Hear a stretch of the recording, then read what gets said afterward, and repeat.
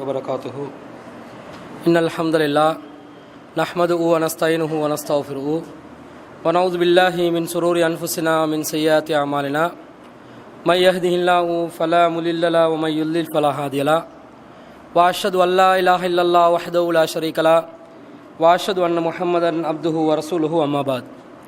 அகிலத்தை படைத்து பரிபாலிக்கக்கூடிய எல்லாம் வல்ல அல்லாஹ்வுக்கே புகழ் அனைத்தும். அல்லாஹ்வின் சத்திய தூதர் எம் உயிரிலும் மேலான கண்மணி நாயகம் ஸல்லல்லாஹு அலைஹி வஸல்லம் அவர்கள் மீதும் அன்னவர்களை பின்பற்றி வாழக்கூடிய அனைத்து முஸ்லிம்கள் மீதும் எல்லாம் வல்ல அல்லாஹ்வின் கருணையும் சாந்தியும் என்னென்னும் நிலவட்டமாக. அன்பிற்குரிய அல்லாஹ்வின் நல்லடியார்களே, புனிதமிக்க ரமலான் மாதத்திலே இரவு தொழுகையை நிறைவேற்றியவர்களாக இந்த இடத்திலே நாம் அமர்ந்திருக்கிறோம். இந்த அருமையான சந்தர்ப்பத்திலே நவீன வர்த்தக முறைகள் ஒரு இஸ்லாமிய பார்வை என்ற தலைப்பின் கீழே தொடர்ச்சியாக நாங்கள் பார்த்து வருகிறோம். இன்றைய தினம் உலகத்தை ஆக்கிரமித்து இருக்கக்கூடிய வட்டி என்ற தலைப்பின் கீழே ஒரு சில செய்திகளை உங்களுக்கு கூறலாம் என ஆசைப்படுகிறேன். மனிதர்கள் உலகத்திலே வியாபாரங்களை செய்து கொண்டிருக்கக்கூடிய நேரத்திலும் அவர்களுடைய அன்றாட வாழ்க்கையை கழித்து கொண்டிருக்கக்கூடிய நேரத்திலும் இந்த வட்டி என்ற அம்சத்தை விட்டு தவிர்ந்து கொண்டு வாழ முடியாத ஒரு சூழ்நிலை ஏற்பட்டு கொண்டிருப்பதை நாங்கள் பார்க்கிறோம். எல்லா மனிதர்களும் ஏதாவது ஒரு விதத்திலே வட்டியோடு தொடர்பு பட்டிருக்கக்கூடியவர்களாக இருக்கிறார்கள். வட்டியை விட்டு நீங்கள் விலகிக் கொள்ளுங்கள் என்று அறிவுரை சொன்னால் இந்த காலத்தில் வட்டியை விட்டு விலகுவது சாத்தியமாகுமா என்று எங்களை நோக்கி கேள்வி எழுப்புகின்ற அளவிற்கு வட்டி என்பது மிகவும் மனிதர்களுடைய அன்றாட வாழ்வுடன் ஒட்டி இருக்கக்கூடிய ஒரு அம்சமாக மாறியிருப்பதை நாங்கள் பார்க்கிறோம். ஆனால் இந்த வட்டி என்ற விஷயம் எல்லா மனிதர்களும், முஸ்லிம்களாக இருந்தாலும் சரி, முஸ்லிம் அல்லாதவர்களாக இருந்தாலும் சரி, நன்றாக விளங்கி வைத்திருக்கிறார்கள். வட்டி என்பது ஒரு பாவம் என்று விளங்கி வைத்திருக்கிறார்கள். முஸ்லிம்கள் மட்டும் இது பாவம் என்று விளங்கல. நபிகள் நாயகம் ஸல்லல்லாஹு அலைஹி வஸல்லம் அவர்களுடைய காலத்துக்கு முன்பு இருந்த சமுதாயங்களுக்கும் வட்டி தடை செய்யப்பட்ட ஒரு பொருளாதாரமாகத்தான் இருந்தது. யூதர்கள், கிறிஸ்தவர்கள் அனைவருக்கும் இந்த வட்டி என்ற பொருளாதாரம் தடை செய்யப்பட்டிருந்தது. முன் சென்ற சமுதாயங்களில் இப்போ நாங்கள் பார்க்கக்கூடிய தொடர்ச்சியாக கண் முன்னாடி வாழக்கூடிய சமுதாயம் அவங்க ரெண்டு சமுதாயம் தான் இருக்கிறாங்க. அடுத்த சமுதாயங்களை பார்க்க முடியாது, அழிந்து போய்விட்டார்கள். ஆனால் இந்த சமுதாயம் ரெண்டு தொடர்ச்சியாக முஸ்லீம் சமுதாயத்தோடு இணைஞ்சு கொண்டு இருக்கக்கூடியதை நாங்கள் பார்க்கிறோம். தொடர்ச்சியாக உலகத்திலே வாழ்ந்து கொண்டு இருக்கிறார்கள். அப்போ இவங்களுக்கு கூட வட்டி தடை செய்யப்பட்டிருந்தது. ஆனால் அவர்களும் அந்த வட்டியை உலகளாவிய அளவில் ஒரு பொருளாதார துறையாக மாற்றிக்கொண்டு இன்றைய தினம் வரைக்கும் உலகத்திலே ஆக்கிரமித்து கொண்டு, உலகத்தை ஆழ்ந்து கொண்டு, எல்லா சர்வாதிகாரங்களையும் தன் கைவசத்தில் வைக்கக்கூடிய அளவிற்கு இந்த வட்டியை ஒரு உபகரணமாக பயன்படுத்தி கொண்டு இருக்கிறாங்க. எந்த அளவுக்கு என்று சொன்னா, பாட புத்தகங்களை நீங்கள் எடுத்துக்கொள்ளுங்கள். பாட புத்தகங்களில் கூட வட்டியை தான் படிச்சு கொடுக்குறாங்க. படிச்சு கொடுப்பாங்களா இல்லையா? ஒரு தலைப்பு போட்டு வட்டியை எப்படி கணக்கு பார்க்கறது, சிறு வட்டி பெரும் வட்டி எப்படி கணக்கு பார்க்கறது என்று கணக்கு பாடத்தில் வட்டியை கணக்கு பார்க்கறதுக்கே ஒரு பாடத்தை வச்சிருப்பான். பாடசாலை பருவத்திலிருந்தே வட்டியை சகஜமாக்குறான் பாருங்க. முஸ்லீம் சமுதாயத்தில் மிகப்பெரிய ஒரு பாவமாக கருதப்படுற இந்த வட்டி பிற சமுதாயங்களும் மனிதாபிமானத்துக்கு எதிரான செயலாக கருதக்கூடிய இந்த வட்டியை பாடத்திட்டத்தில் மாணவ மாணவிகளுக்கு சிறு பிராயத்தில் என்ன செய்யறாங்க, கற்றுக் கொடுக்குறாங்க, மனசுக்குள்ள நுழைவிக்கிறாங்க. இது சர்வ சாதாரணமானது ஒரு மேட்டர் கிடையாது. கணக்கு பார்க்குறோம், எவ்வளோ எத்தனை சதவீதம் கொடுக்கணும், அசல் எவ்வளவு, வட்டி எவ்வளோன்றதை நாங்கள் கணக்கு பார்த்து நாங்கள் சரியாக விளங்கி கொண்டோம்னா தான் இந்த உலகத்தில் எங்களுக்கு எதிர்காலத்தில் வாழ முடியும் என்று சொல்கிற மாதிரி ஆக்கிட்டாங்க.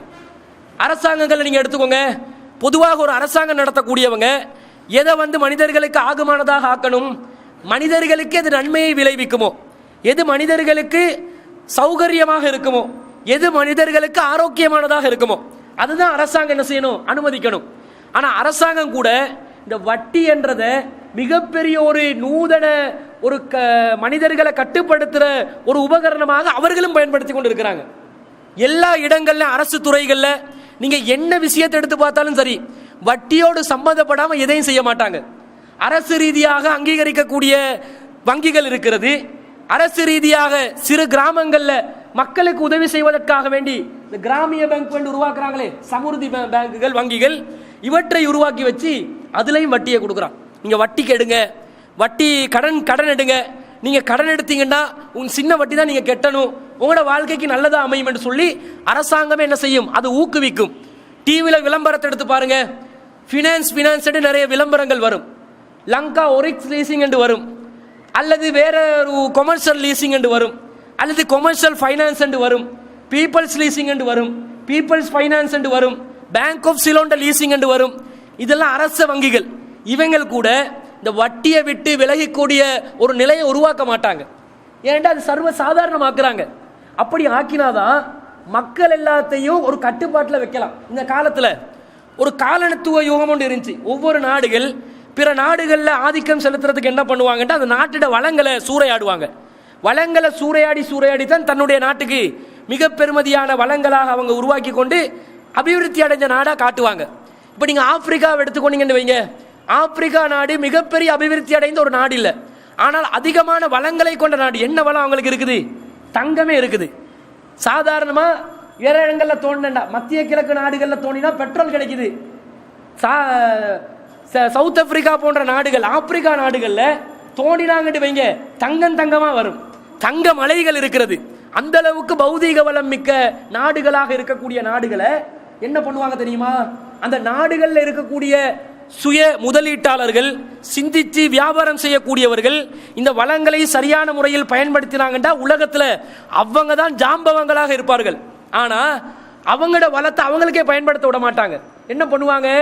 இப்படி பண்ணாதீங்க, இந்த தங்கத்தை வச்சு உங்களுக்கெல்லாம் தொழில்துறை தெரியாது, உலக வர்த்தகம் உங்களுக்கு தெரியாது, சர்வதேச சந்தை என்றது உங்களுக்கு தெரியாது, அதை நாங்க சொல்லி தர்றோம் என்று சொல்லி அவன் தங்கத்தை எல்லாம் என்ன செய்வான், இவன் வந்து எடுத்துக்கொள்வான். நீங்க தாங்க தங்கத்தை, நாங்க காசா உங்களுக்கு தர்றோம், நீங்க அதை வச்சு முதலீடு செஞ்சு சம்பாதிச்சுக்கோங்க என்ற மாதிரி ஒரு சதிவலைய பின்னி இவங்க விளங்குதில்லை. எந்த பொருளை வச்சு நான் வியாபாரம் செஞ்சு உற்பத்திகளை உருவாக்கி அதன் ஊடாக நான் லாபம் அடைந்து வல்லமை மிக்க ஒரு நாடாக மாறாம இவன் என்ன பார்க்கறான்? சர்வதேச நாடுகளில் போட்டி போட்டு வியாபாரம் செய்யற அளவுக்கு எங்கள்கிட்ட சக்தி இல்லை, அதுக்கான திறமை இல்லை, அதற்கான எந்த விதமான அடிப்படை வசதிகளும் எங்களுக்கு இல்லை, இருக்கிற பலத்தை வச்சு அவங்கிட்ட கொடுத்து அதை காசா மாற்றி கொண்டு ஏதாவது பண்ணிடுவோம் என்று சொல்லி தங்கத்தை பெரும் பேப்பரா மாற்றி விடுறான். தங்கத்தை பேப்பரா மாத்துறாங்க. நீங்க யாராவது இதை சிந்திச்சு இருக்கிறீங்களா? இப்ப நாங்க கரன்சியா என்ன பாவிக்கிறோம்? கரன்சியா பாவிக்கிறது ஒரு நோட்டு, அது ஒரு தாள். இந்த தாள்ல மத்திய வங்கியில அதிபருடைய சிக்னேச்சர் இருக்கும். அது மட்டும் இல்லைன்னு வைங்க, அந்த தாளை வச்சு ஏதாவது பண்ணலாமா? இன்னும் நிலைமையை மாத்தி என்ன பண்ணிட்டான் தெரியுமா? நீ வந்து வெறுமனே தாள் என்றதை ஒப்புக்கொள்ளக்கூடிய ஒன்றுல கூட செக்கா மாத்தி விட்டான். செக்கில் கூடு. இன்னும் என்ன பண்ணிட்டான் தெரியுமா? அந்த தாளும் வேஸ்டியா, நீ கார்டு பிளாஸ்டிக் கார்டை வச்சுக்கோன்றான். கையில எல்லாம் கார்டு வச்சு தான் இப்ப எல்லா அலையிரும். சொல்றேன், நானா இருந்தாலும் கார்டை வச்சிருப்பேன், கேட்கிற நீங்களா இருந்தாலும் கார்டு வைப்பீங்க. எப்படி ஆக்கி விட்டான்னு சொன்னா, காசு வந்து ஒரு பொருளாக, பெருமதி இல்லாத ஒரு பொருளாக மாத்தி பெருமதி வாய்ந்த தங்கத்தை என்ன பண்ணிட்டான், எல்லாம் ஏங்கிட்ட கூடண்டு மத்திய வங்கி எடுக்கிறான். இலங்கை நாட்டில் மத்திய வங்கியில எங்களுடைய காசுக்கு ஈடான தங்கம் அங்க இருக்குது. அவன் காசு நோட்டு எதை வந்து இஷ்யூ பண்றானோ அந்த தாள்களை நாங்க வச்சிருக்கிறோம். எப்படி ஆதிக்கம் வருதுன்னு பாருங்க. இப்ப மத்திய அரசாங்கம் சொல்லிச்சேன்டா, நீங்க கையில வச்சிருக்கிறீங்களா நோட்டு, பல கோடிகள் சொத்துக்களாக உங்களுடைய வங்கியில பேலன்ஸா நீங்க வச்சிருப்பீங்க. அந்த நோட்டுகள் உங்களுக்கு சொந்தமானவே கிடையாது, அரசாங்கம் அவற்றை ரத்து செய்து விடுகிறது. செல்லா காசா போயிடும், காசு செல்லுபடி ஆகாது. அரசாங்கத்துல அதிபருடைய கைவசத்தில் அந்த அதிகாரத்தை வச்சிருக்கிறார் முதலமைச்சர். யாரு முதல் துறையில் அமைச்சராக இருக்கிறாரோ அவர் அந்த அதிகாரத்தை கையில வச்சு இது ரத்தாகிவிடும், இது செல்லுபடி ஆகாது, இந்த காசுக்கு எந்த பெருமதியும் கிடையாது அறிவிச்சான்னு வைங்க. நீங்க வங்கியில கோடி கோடி கோடி கோடியா சம்பாதிச்சு வச்சாலும் எல்லாத்தையும் எடுத்து நடுத்தெருவுல கொண்டு வந்து கொட்டி பெட்ரோல் கொளுத்தி எரிய வைக்கணும். அவ்வளவுதான். பெட்ரோலை கொட்டி கொளுத்த வைக்கக்கூடிய ஒரு நிலைக்கு வெறுமனே சாம்பலா அது மாறுமே தவிர அதுக்கு எந்த பொறுமதியும் இல்லை. அந்த நிலைக்கு எங்களை தள்ளுறான். அப்ப அரசாங்கம் தீர்மானிக்கிறது. 1970ஆம் ஆண்டுகள்ல எண்ணம் பெறரா இருந்தாரு. அவர் வந்து இந்த ஃபைனான்ஸ் மினிஸ்டரா இருக்கிற நேரத்தில் வசதி படைச்சவங்க என்ன செஞ்சாங்கன்னா அவங்களோட காசுகளை வச்சு பதுக்குறாங்க. காசு வந்து நாட்டில் வந்து சுழலணும். சுழற நேரத்தில் தான் அந்த காசு ஆளாளுட கையில மாறுற நேரத்தில் தான் அவங்க என்ன செய்வாங்க, சாமான்களை பொருட்களை விலைக்கு வாங்குவாங்க. பொருட்களை விலைக்கு வாங்குற நேரத்தில் காசு ரொட்டேஷன் ஆகும், உற்பத்திகள் அதிகரிக்கும், விற்பனைகள் அதிகரிக்கும், வாங்கும் திறன் அதிகரிக்கும். இப்படி எல்லாம் சுத்தி சுத்தி சுத்தி நடக்கத்தான் ஒரு நாட்டில் இருக்கக்கூடிய பொருளாதாரம் ஒரு அளவுக்கு தக்க வைத்துக் கொள்ளலாம். அந்த காலத்தில் என்ன பண்ணாங்க, திறந்த பொருளாதார வழிமுறைகள் இல்லாததுனால வசதி வந்தவங்க எல்லாம் அவங்களோட காசுகளை பதுக்கி வச்சு கொண்டாங்க. அரசாங்கம் பார்க்குது, வெளியில எடுக்கிறதுக்கு வழி பார்க்குது. இவன் ஏன் பதுக்கி வச்சாண்டா, பதுக்கி வைக்கிறதுல நியாயம் இருக்குது. ஒரு பானராத்தில் வாங்குறதுக்கு போலின்ல இருக்கணும், காசை வச்சாலும் விரும்பினதை வாங்க முடியாது. அந்த காலத்தில் பார்த்துருப்பீங்க, எல்லாரும் பிஜாமா சாரம் தான் உடுப்பான். பார்த்துக்கிறீங்களா? பிஜாமா சாரம் ஞாபகத்தில் இருக்குதா? பிஜாமா ஸ்டைல உடுப்பானே அந்த சாரம் தான், அதுதான் கொடுப்பான். உங்களோட சமூகக்காரில் அதுதான் கொடுப்பான். கூட்டு உறவு வைக்கக்கூடிய அந்த வங்கிகளில் இதை தான் விற்பனைக்கு வைப்பான். அதை தான் வாங்கணும், வேற ஒன்றும் வாங்க முடியாது. சீனி வாங்குறதா இருந்தாலும் அவங்ககிட்ட தான் வாங்கணும், அரிசி வாங்குறதா இருந்தாலும் அவங்ககிட்ட தான் வாங்கணும், அவன் சொல்ற விலைக்கு வாங்கணும், ஒரு அளவுக்கு வாங்கணும். மஞ்சொக்கா திண்டு வாழ்ந்த காலம் இருந்துச்சா, பிளாண்டி குடிச்சு இலங்கை நாட்டில் இருந்துச்சு. அப்ப என்ன பண்ணா பார்க்கறான், ஏதாவது வழி பண்ணி இவங்களை அடக்கணும். அடக்கிறதுக்குரிய ஒரே வழி என்னன்னு சொன்னா ஒரே ஒரு அறிவிப்பு தான். அறிவிச்சாரா? நிதித்துறை அமைச்சர் அறிவிக்கிறாரு, என்எம் பெரேரா அவர்கள், உங்களிடம் இருக்கக்கூடிய காசுகள் எல்லாம் செல்லுபடியாகாது. ஒரே அறிவிப்பு தான். காசுகள் எல்லாம் பதுக்கி வச்ச காசெல்லாம் தானா வெளியே வருது. இத்தனை மணிக்குள்ள ரொட்டேஷன்ல போடலன்னு வைங்க, எல்லாமே கேன்சல் சொல்லிட்டாரு. எல்லாம் அவன் சொத்து வாங்க ஆரம்பிச்ச உடனே காணி பூமி நிலம் என்று சொல்லி உடனடியாக கைமாற ஆரம்பிச்சு திரும்ப ரொட்டேஷன் உருவாகுது. அப்ப அதிகாரத்தை யாரு வச்சிருக்கிறா? மத்திய வங்கி வைக்குது. இலங்கை மத்திய வங்கி வைக்குது. இலங்கை நாட்டில் கரன்சி அடிக்கணும், நோட்டு தயாரிக்கணும், நோட்டு இஷ்யூ ஆக்கணும். இஷ்டத்துக்கு செய்யலாமா? நாங்களே சிந்திச்சிருப்போம் ஸ்கூல் பருவங்கள்ல. என்னங்க காசு இல்ல காசு இல்லன்றான், அவன் பாட்டுக்கு பிரிண்ட் பண்றது தானே காசு. அரசாங்கம் காசை பிரிண்ட் பண்ணி விட்டா எல்லாத்துலயும் கையில காசு இருக்குமே என்று நாங்க நினைப்போம். ஆனா அவன் என்ன செய்வான்? செய்ய மாட்டான். நினைச்ச நேரத்துக்கெல்லாம் காசு பிரிண்ட் பண்ண முடியாது. அப்படி பிரிண்ட் பண்ணினா என்ன நடக்கும் தெரியுமா? அப்படி சிந்திச்சிருக்கிறீங்களா? பிரிண்ட் பண்ணி விட்டானே வைங்க, மத்திய வங்கியால காசு நோட்டு 1000 நோட்டு 5000 நோட்டு தாறுமாறா பிரிண்ட் பண்ணி மக்கள் மத்தியில சுழல வச்சான்னு வைங்க, எல்லாரும் வசதி படைச்சவங்களா மாறுவாங்க. எல்லாரும் வசதி படைச்சவங்களா மாறினா என்ன நடக்கும்? எல்லாருக்கும் வாங்கும் திறன் அதிகரிக்கும், கொள்வனவு செய்யக்கூடிய திறன் அதிகரிக்கும். பர்ச்சேசிங் பவர் இங்கிலீஷ்ல சொல்லுவாங்க. பர்ச்சேசிங் பவர் அதிகரிச்சு வைங்க, ஆளாளுக்கு ஒரு பொருள் குறிப்பிட்ட அளவுல உற்பத்திகள் இருக்கும், 100 பொருள் இருக்கும். அந்த 100 பொருளுக்கு 10,000 பேர் டிமாண்ட் பண்ணுவாங்க, எங்களுக்கு வேணும் எங்களுக்கு வேணும் என்று. பொருளோட விலை என்னையாகும்? தாறுமாற அதிகரிச்சிடும். அதிகரிச்சு சொன்னா சாதாரண ஒரு பான் ஒன்று ஒரு 50 ரூபாய்க்கு சரி வாங்க கிடைக்குமா? 2500 ரூபாய் அர்ராத்தல் பானுக்கு 2500 ரூபாய் விலை கொடுத்து வாங்க வேண்டிய ஒரு சூழ்நிலை உருவாகும். இதுதான் இவங்களோட உலக பொருளாதாரம் என்று வைத்திருக்கக்கூடிய ஒரு அடிப்படை இல்லாத, ஒரு தெளிவு இல்லாத, குழப்பமான சூழ்நிலையில் இருக்கக்கூடிய இந்த பொருளாதாரத்துல விளைவு. அப்ப என்ன பண்ணணும்? அவன் தாறுமாற அடிக்க மாட்டான். இவன் காசு பிரிண்ட் பண்ணணும்டா, அதுக்கு ஈடாக தங்கத்தை என்ன செய்யணும்? தங்கத்தை மத்திய வங்கியில கொடுக்கணும். எந்த மத்திய வங்கிக்கு? உலக வங்கி என்ன ஒன்று இருக்குது, எல்லா நாடுகளுக்கும் ஆதிக்கம் செலுத்தக்கூடிய ஒரு வங்கி இருக்குது, உலக வங்கி. அவன் இருப்பான். இலங்கையில காசு பிரிண்ட் பண்ணணுமா? எங்க கிட்ட வாங்க, உங்க நாட்டில் இருக்கிற தங்கம் எவ்வளவு, எக்ஸ்ட்ரா பிரிண்ட் பண்ணணுமா, எத்தனை கிலோ தங்கம் தர போறீங்க? இருக்கிற நாட்டில் உள்ள வளம், மிக முக்கியமான சொத்து தங்கம் தாங்க, தங்கம். இந்த தங்கத்தை போய் அப்படி அவன் கையில கொடுக்கணும். கொடுத்தோன்னே அவன் அதை டிபாசிட்டா எடுத்து அவன் என்ன செய்வான்? நீங்க இவ்வளவு ரூபாய்க்கு பிரிண்ட் பண்ணி கொடுத்து உங்களுக்கு அனுமதியை கொடுப்பான். இந்த நிலையில என்ன நடக்குதுன்னு சொன்னா, உலக வங்கி அவங்களோட கையில ஆதிக்கத்தை வைக்கிறாங்க. இலங்கை நாட்டில் எவ்வளவு சொத்து இருக்கணும் என்றதை, எவ்வளவு காசு ரொட்டேஷன் ஆகணும் என்றதை தீர்மானிக்கிற அதிகார சக்தியாக யாரு மாறுறாங்க? உலக வங்கி மாறுறாங்க. உலக வங்கியில யார் அங்கத்துவம் வைப்பாங்க தெரியுமா? அந்த போர்டை யாரு தீர்மானிப்பாங்கன்னு சொன்னா, யுஎன்ஓவால தீர்மானிக்கக்கூடிய சில வல்லரசு நாடுகள்ல மிக முக்கியமான சில புள்ளிகளை கூப்பிட்டு வந்து அதுல ஒரு போர்டு அமைச்சு அதை தான் வங்கி என்று வச்சிருக்கிறான். போச்சா? சர்வதேசத்துல அதிகாரமும் உலக வங்கியிட கையில. உலக வங்கியை இயக்குறவங்க வல்லரசு நாடுகள். வல்லரசு நாடுகளுக்கு சக்தி அவங்களோட கையில போச்சு. இதெல்லாம் எப்படி நடக்குதுன்னு சொன்னா, இந்த வட்டி பொருளாதாரத்துல தான் நடக்குது. ஒரு நாட்டில் அந்த நாட்டுக்கு தேவையான பௌதீக வளங்களை வளப்படுத்தி கொள்ளணும். இருக்கிறது குறிப்பிட்ட ஒரு வளம் தான். அதுக்கு விட சில காசு தேவைப்படும், நிதி தேவைப்படும். வேற வழி இல்லை.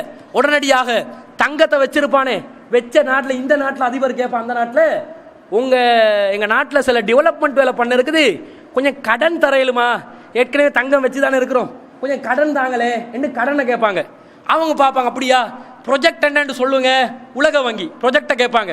இவங்க ப்ரொஜெக்ட் எடுத்து கொடுப்பாங்க. என்ன இவ்வளவு ஹைவே அடிக்கிறது, இவ்வளவு வந்து ரோடுகள் டெவலப் பண்ண இருக்குது, இந்த அளவுக்கு இந்த ரயில்வே டெவலப் பண்ண இருக்குது, இந்த அளவுக்கு வீடுகளை அமைக்க இருக்குது, இதுக்கான கடன் உதவி தாங்கன்னு அவங்க சொல்லுவாங்க. தாரோம், நாங்க உங்களுக்கு நாங்கள் கடன் உதவி தாரோன்னு சொல்லி அவங்க அள்ளி கொடுப்பாங்க காசை. என்ன வருது? நோட்டு தான் வருது. நோட்டு வந்துச்சா, இந்த நோட்டுகள் எடுத்து இங்க அடிக்கிறவனெல்லாம் அடிச்சு, பிடிக்கிறவனெல்லாம் பிடிச்சி, மீதமான ஒரு தொகையை வச்சு என்ன செய்வான்? டெவலப்மெண்ட் போடுவான். போட்டாண்டு வைங்க, மக்களுக்கு ரோட்டை கண்டோடனே சரியான சந்தோஷம். என்னடா இது, எவ்வளவு டெவலப்மெண்ட் ஆகிருச்சு தெரியுமா, எப்படி ஹைவே எல்லாம் அடிச்சிருக்கிறான் தெரியுமா, எவ்வளவு நல்ல ஒரு அரசாங்கம் வந்து போச்சு என்றெல்லாம் நினைப்பாங்க. கடைசியில் அதனுடைய விளைவு என்னன்னு சொன்னா, 2013ஆம் ஆண்டுல உலக வங்கிக்கு இலங்கை அரசாங்கம் கடன்பட்ட அளவு தெரியுமா? 8800 பில்லியன் அமெரிக்கன் டாலர்ஸ். 8800 பில்லியன். அதாவது கணக்கு போட்டு பார்த்தா இலங்கையில் இருக்கக்கூடிய ஒவ்வொரு தலைக்கு எவ்வளவு கடன் வருதுன்னு சொன்னா 3,21,472 ரூபா கடன். நீங்க கடன்காரன், நீங்களும் கடன்காரன், நானும் கடன்காரன். யாருக்கு? உலக வங்கிக்கு. எப்படிங்க ஆதிக்கம் போகும்? எல்லாம் அடிமையாகிட்டோம். நாங்க காசு வாங்கலாமே கடன்காரன் ஆகிட்டோம். யாருக்கு கடன் பட்டுட்டோம்? உலக வங்கிக்கு கடன் பட்டோம். எப்படி இந்த அளவுக்கு ஏறிச்சு? 2012 பார்த்தா வெறுமனே 6 லட்சம் பில்லியன் தான் கடன் இருந்துச்சு. தாறுமாற 2 வருஷத்துல, வெறும் 3 வருஷத்துல 2000 பில்லியன் யூஎஸ் டாலர்ஸ். ஒரு பில்லியனுக்கு 9 சைவர் இருக்குதுங்க. எத்தனை ஒரு பில்லியனுக்கு எத்தனை சைவர்ன்றது தெரிஞ்சு வச்சுக்கணுமா இல்லையா? 9 சைவர் இருக்குது. அப்ப 2000க்கு பின்னாடி இன்னொரு 9 சைவரோட ஒரு அமௌண்ட் ஒன்று நாங்கள் கடன் பட்டோமே. எப்படி கடன் பட்டோம்? அம்பன் தொட்டையை செய்ய போயிட்டு கடன் பட்டோம். அதே மாதிரி இந்த கட்டுநாயக்கியை செய்ய போயிட்டு கடன் பட்டோம். அதே மாதிரி விமானமே கீழே இறங்காத மத்தள குவன் தொட்டு போல செஞ்சமே, அதுல கடன் பட்டோம். இப்படி கடன் பட்டு அவன் கடன் கொடுக்கறது சும்மா கொடுக்க மாட்டான். நீ கடனை எடு, வட்டியை கட்டுடா. வட்டியை சும்மா தருவானா? நீங்க ஒரு பக்கத்து வீட்டுக்காரன் போய் ஒரு 1000 ரூபாய் கேட்குறீங்க, தருவானா? சும்மா தருவானா? என் காசு 1000 ரூபாய் தந்தா நீ எவ்வளவு தருவாய் கேட்பானா இல்லையா? ஒரு 1000 ரூபாய் கடன் கேட்டாலே வட்டி எவ்வளவு கணக்குன்னு கேட்கிறான். பல லட்சக்கணக்கான கோடிக்கணக்கான காசை வந்து மத்திய வங்கியிலிருந்து எடுக்கிறதா இருந்தா சும்மா கொடுத்துருவானா? அவனுக்கு எங்களுக்கு மாமா மச்சான் உறவா? எந்த உறவும் இல்லை. அவன் தர்றதா இருந்தா லாபம் இல்லாம தரமாட்டான். இனி உலகத்து இலங்கை நாட்டுடைய ஆதிக்கமே யார்ட கையில? மத்திய வங்கிட கையில. இந்த அடிப்படையில் எத்தனை நாடுகள் பொருளாதார ரீதியாக வீழ்த்தப்பட்டிருக்குது என்று சொன்னால், பல நாடுகள் எல்லாம் வெளியில பார்க்கறதுக்கு கட்டிடங்கள் நிறைய இருக்கும், ரோடெல்லாம் டெவலப்பா இருக்கும், ஆனா நாடு வந்து கடன் பட்டு இருக்கும். அர்ஜென்டினால அதிபர் நாட்டிட திவாலா போன நிலையை பார்த்துட்டு எஸ்கேப் ஓடிட்டாரு. நைட்டோட நைட்டா அர்ஜென்டினாட அதிபரை காணோம். எங்க காணோம்னு கேட்டா, உலக வங்கியில கடன் எடுத்து மக்களுக்கு நாங்க வசதி செய்யறோம் என்று செஞ்சிட்டோம். மக்களுக்கு வசதி செய்யறோம் சும்மா செய்வோமா? இங்க வங்கிகளுக்கு கொடுத்து, வங்கிகள் ஊடாக கடன் திட்டம் என்று கடன் திட்டங்கள் ஆரம்பிச்சு இருக்கிற காசெல்லாம் கடனா கொடுத்து அவன் கடனை திருப்பி தருவான் என்ற ஒரு நம்பிக்கையில கடன் கொடுத்து எல்லாத்தையும் இஷ்யூ பண்ணி விட்டுட்டு கொஞ்சமா டெவலப்மெண்ட் பண்ணி விட்டுட்டு இருந்து பார்க்கிறான். திருப்பி எங்களுக்கு கடன் வருமா? சும்மா கடன் எடுக்க சொல்றாங்க இல்லையா? டிவிகள்ல பாப்பீங்க. உங்களுக்கு அழகான ஒரு வீட்டில் வாழ ஆசையா? நீங்கள் இப்படிப்பட்ட ஒரு காரில் பயணம் செய்திருக்கிறீர்களா? ஒரு பைசிக்கல் வச்சிருக்கிறவனுக்கு ஆசை வருது, ஆஹா நல்ல கார் ஒன்று வந்திருக்குது. ஒரு குடிசையில் இருப்பான், ஓலை குடிசை, அதுல கரண்டே இருக்காது. அவன் காட்டுவான், ஒரு கிராஃபிக்ல காட்டுவான் ஒரு வீடை. இந்த வீட்டில் முன்வாசலும் பின்வாசலையும் நீங்கள் பார்த்தீர்களா? உடனே ஆஹா ரொம்ப அருமையாக இருக்கிறது.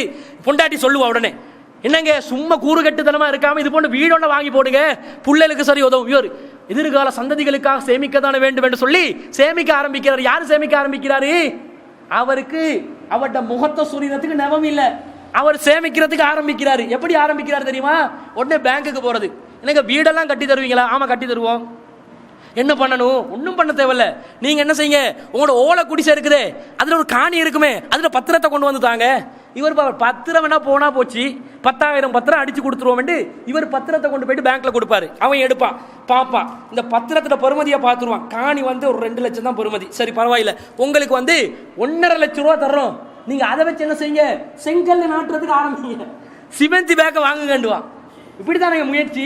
சிமெண்ட் பேக்கை, சிமெண்ட் பேக்கை நீங்க வாங்குங்க, செங்கல்ல ஆர்டர் பண்ணுங்க, உங்களோட வீடை வந்து அமோகமா நாங்க கட்டி தர்றோம்னு சொல்லுவான். போக போக மீதமுள்ள கடன்களை தாரேண்டுவான்.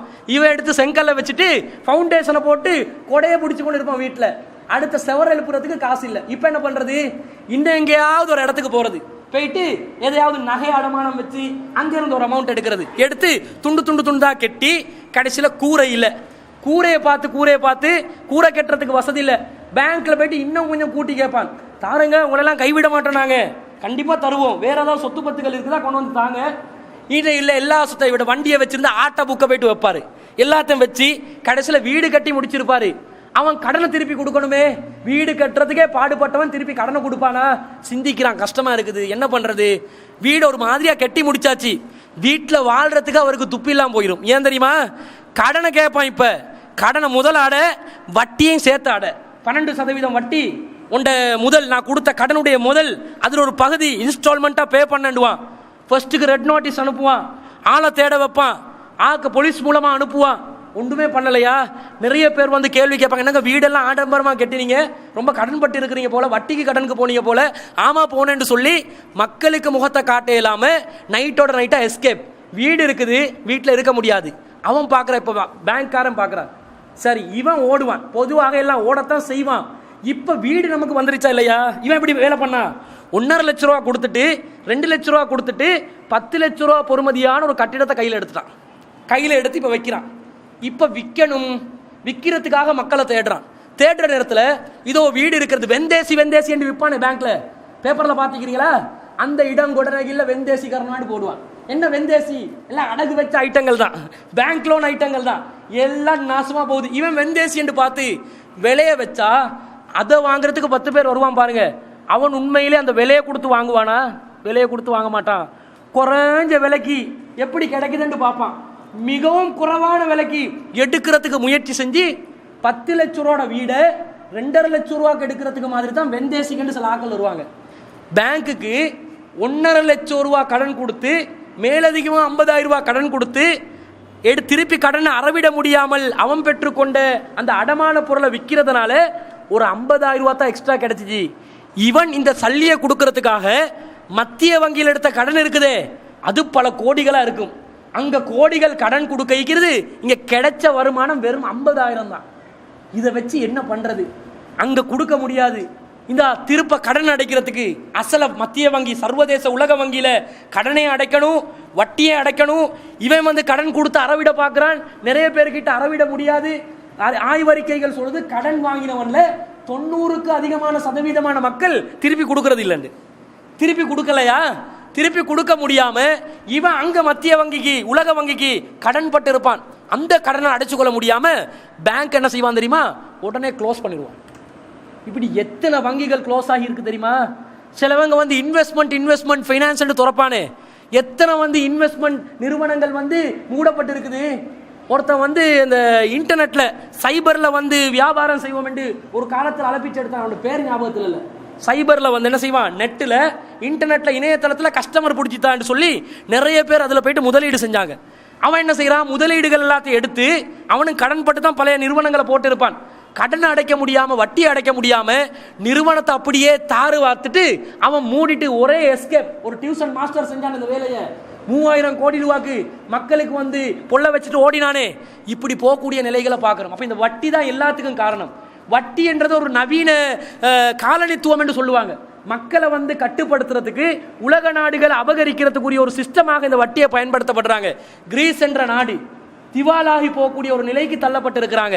அதே மாதிரி இன்னும் பல நாடுகள், சைபீரியா போன்ற நாடுகள், இவங்க எல்லாமே வட்டி கடன், அரசாங்கம் எடுத்த வட்டி கடன்களை திருப்பி கொடுக்க முடியாமல் நிறைய திவாலா போன நாடுகளை நாங்கள் பார்க்கிறோம். இந்த வட்டி கொடூரமானது என்று இஸ்லாம் சொல்லுது.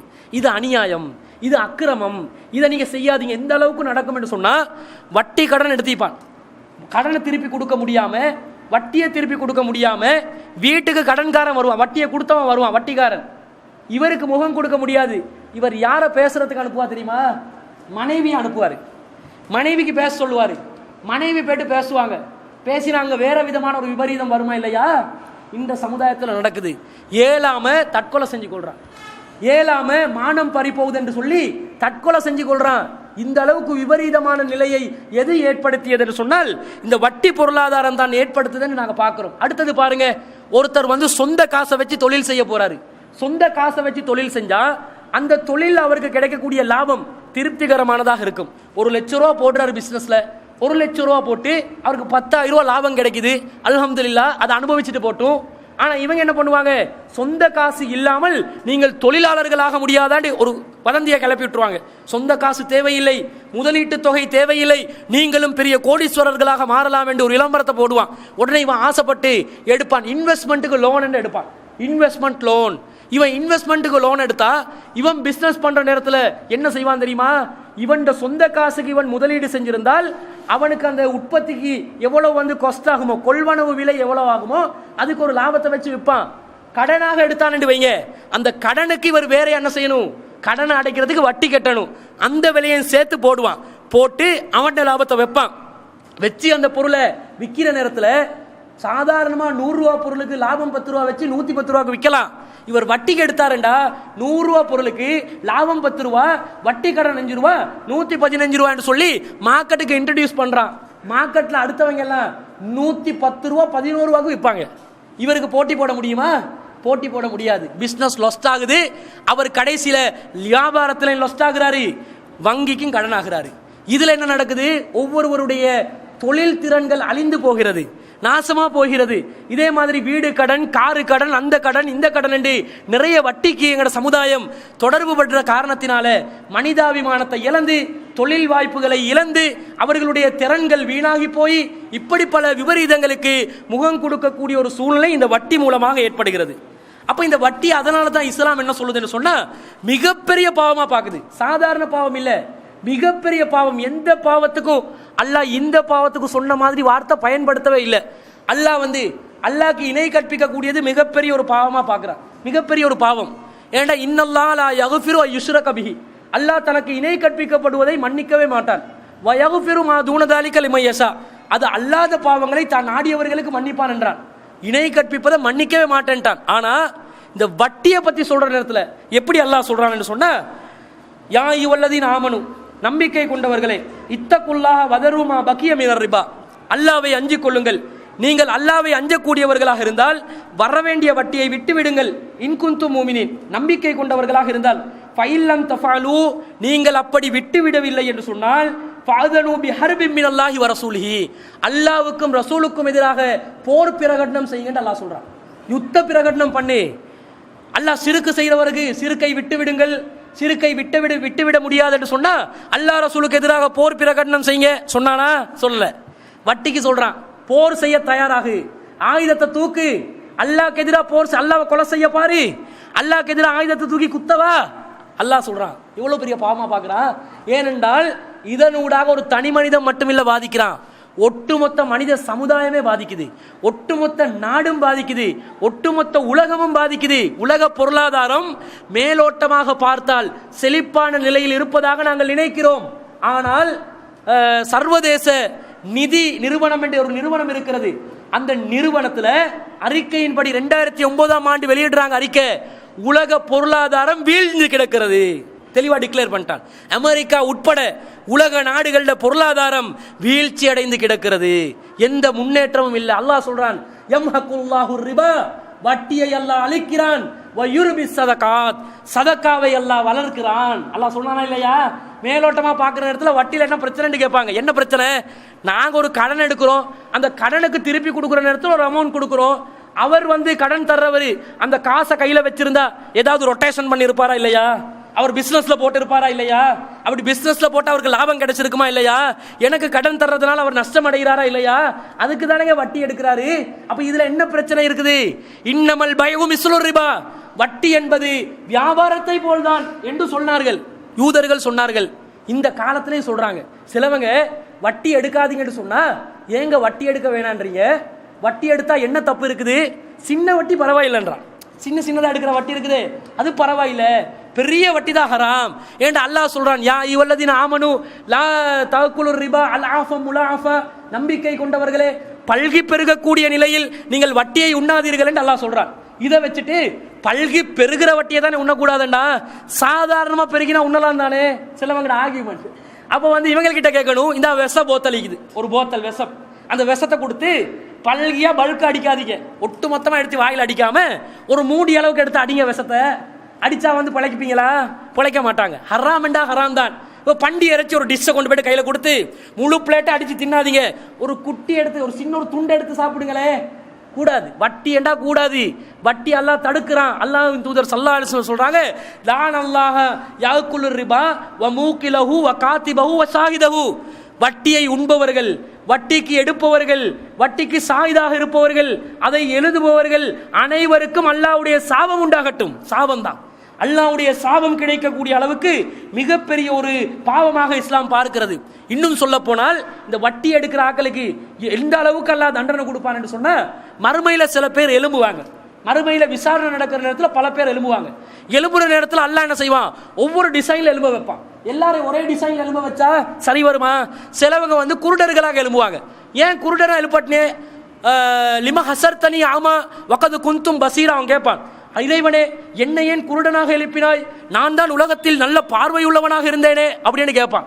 அல்லாஹ் சொல்லுவான், ஆமா நீ பார்வையுள்ளவனாகத்தான் இருந்தாய், ஆனால் என்னுடைய உபதேசம் உன்னிடம் வந்தது, நீ அதை கண்ணை திறந்து பார்க்கவில்லை.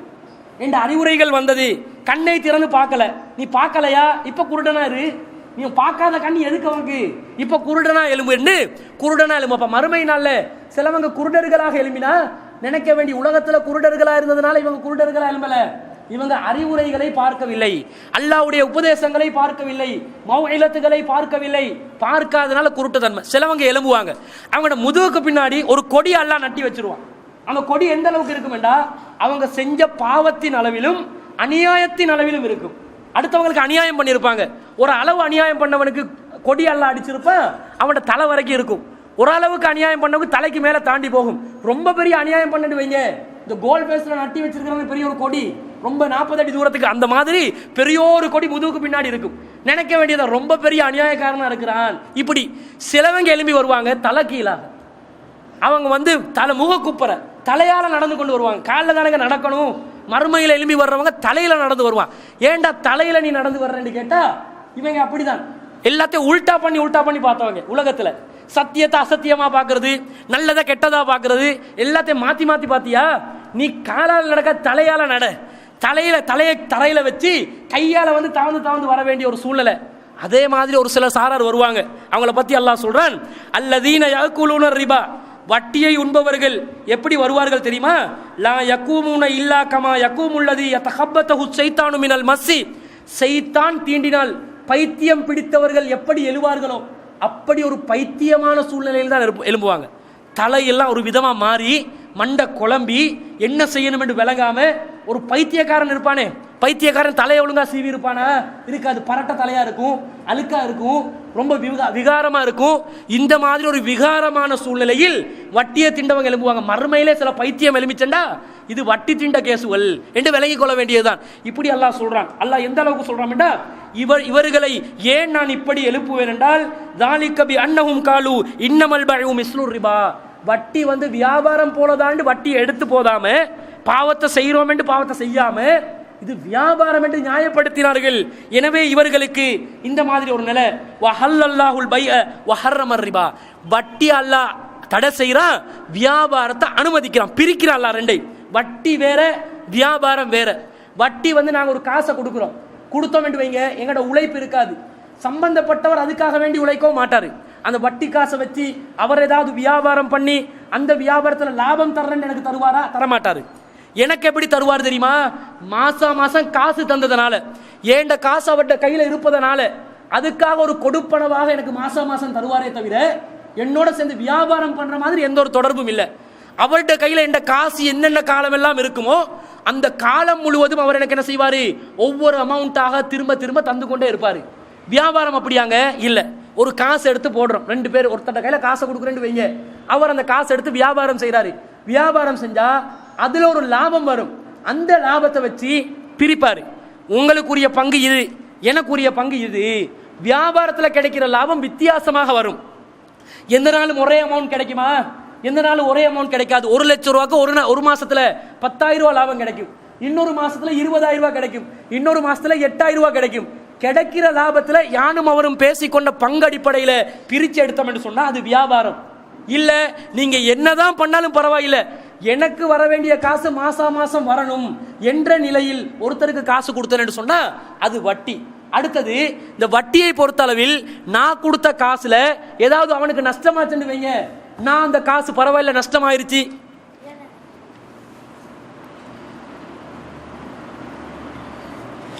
நாளை வந்து அந்த காசு நஷ்டமாயிருச்சு, எனவே வந்து அதை உங்களுக்கு நான் திருப்பி தர முடியாத சூழ்நிலைக்கு ஆளாகினேன்றதான் சொல்லலாது.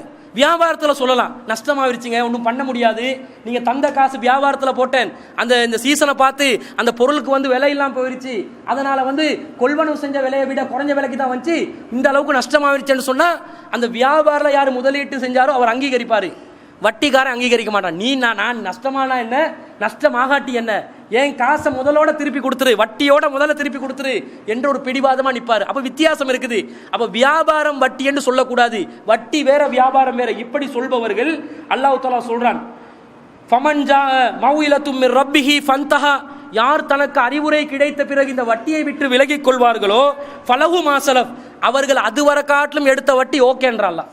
அறிவுரை கிடைக்கல, கிடைச்சிருச்சு, இனிமேல் நான் விலகிக் கொள்கிறேன் என்று விலகிக் கொள்ளணும். அதுவரை காட்டிலும் கிடைச்ச வட்டி பரவாயில்ல, நீ எடுத்துட்டாய், அனுபவிச்சுட்டாய், இனிமேல் திருந்தி வாழன்றான். ஆனால் அம்ருஹு இலல்லாஹ், சில வேளை அல்லாஹ் மறுமையில் அதுக்கு உனக்கு பிடிச்சாலும் பிடிச்சிருவான், அது அல்லாஹ்வுடைய கையில் இருக்குது. அம்ருஹு இலல்லாஹ் வமன் ஆத, ஆனால் வேண்டும் வேண்டுமென்றே விதண்டாவாதம் பண்ணி இந்த வட்டியை நியாயப்படுத்தி யார் தொடர்ச்சியாக வட்டியை எடுப்பார்களோ ஃபவுலாயிக அஸ்ஹாபுன்னார், அவர்கள் நரகவாதிகள், உம்ஃபியா ஹாலிதூன், நரகத்தில் என்றென்றும் நிரந்தரமாக இருப்பாங்க.